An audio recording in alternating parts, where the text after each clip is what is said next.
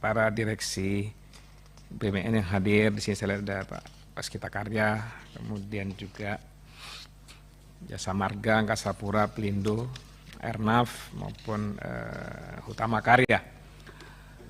Yang pertama tentu kita lihat bahwa mudik kali ini ada peningkatan jumlah pemudik yang luar biasa ini. Saya pikir ini kalau kita mau jujur, kalau kesiapan para BUMN memang paparannya memang luar biasa Pak. Itu betul-betul siap sigap menghadapi persiapan mudik khususnya di pasca pandemi ya di 2020 kan 2023.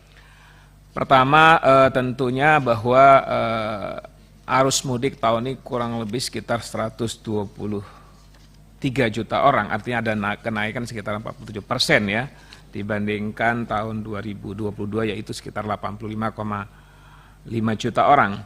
Mungkin saya ingin mendapat gambaran Pak terkaitan dengan hal di atas saya sampaikan apakah seluruh khususnya terkait para direksi BUMN yang hadir hari ini sudah melakukan berkaitan dengan misalnya pemetaan di mana saya titik-titik rawan yang perlu mendapatkan perhatian, apakah sudah ada pengecekan yang baik dan menyeluruh Pak terkait kesiapan titik-titik ramai. Saya yakin ini menjadi hal yang sangat penting. Kenapa? Kita tidak mau crowded seperti beberapa tahun yang lalu, biarpun memang kalau kita mau jujur hari ini kan peningkatan jumlah jalan tol dan fasilitas ini sudah cukup dilengkapi.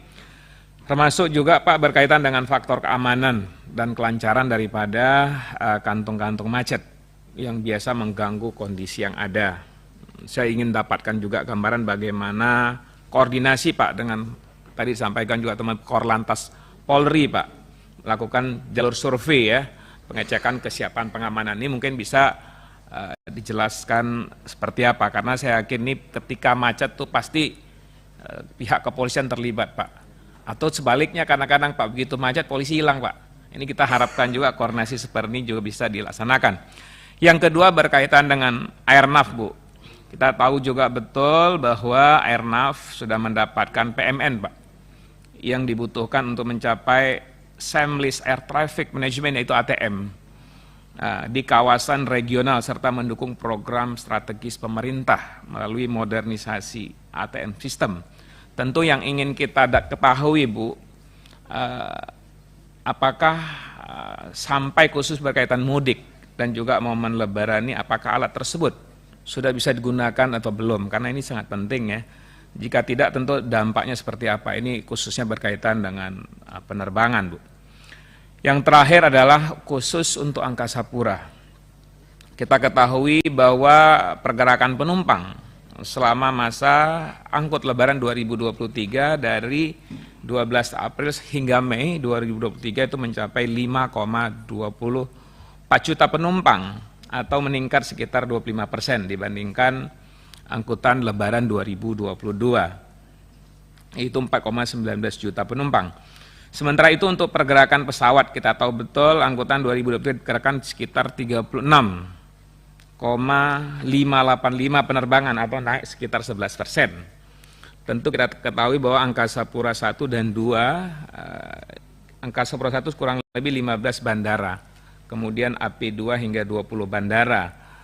Tentu kita ingin memastikan Pak berkaitan dengan standarisasi ya terhadap misalnya security, kemudian berkaitan juga dengan safety and comfort di setiap bandara yang dikelola oleh Angkasa Pura Pak. Bagaimana pihak memastikan bahwa ini berjalan seperti yang kita harapkan.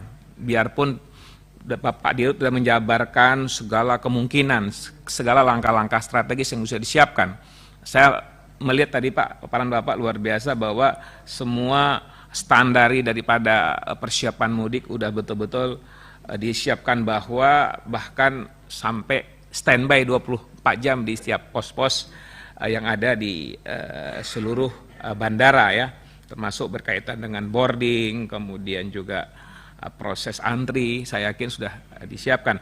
Tentu yang harus diperhatikan Pak, saya ingin nanti kita harapkan apa yang Bapak siapkan ini betul-betul dikontrol dengan baik Pak. Kenapa? Karena biasa kredit ini kan di menjelang 2 hari atau 3 hari ini udah mulai kredit banget. Termasuk juga penumpukan kendaraan-kendaraan ketika masuk, Pak.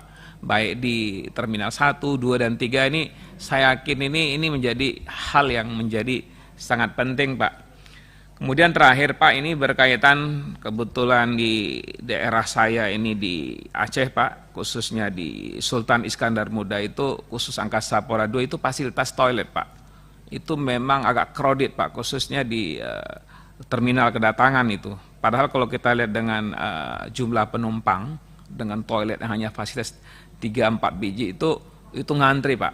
Akhirnya mengganggu daripada proses turunnya daripada penumpang. Ini mungkin bisa dicek, Pak, nanti khususnya di Aceh. Kemudian terakhir, Pak, Hutama Karya dan Waskita Karya, Pak. Terima kasih, Pak, untuk Aceh. Tadi Pak Bimo sudah sampaikan, artinya saya yakin betul dengan selesainya khususnya di Aceh ini Sigli Banda Aceh, kemudian Sigli Banda Aceh seksi 5 dan 6, Pak ya. Mana Hutama ya, terima kasih, Pak ya. Nanti kita harapkan tahun ini pasti akan padat, Pak.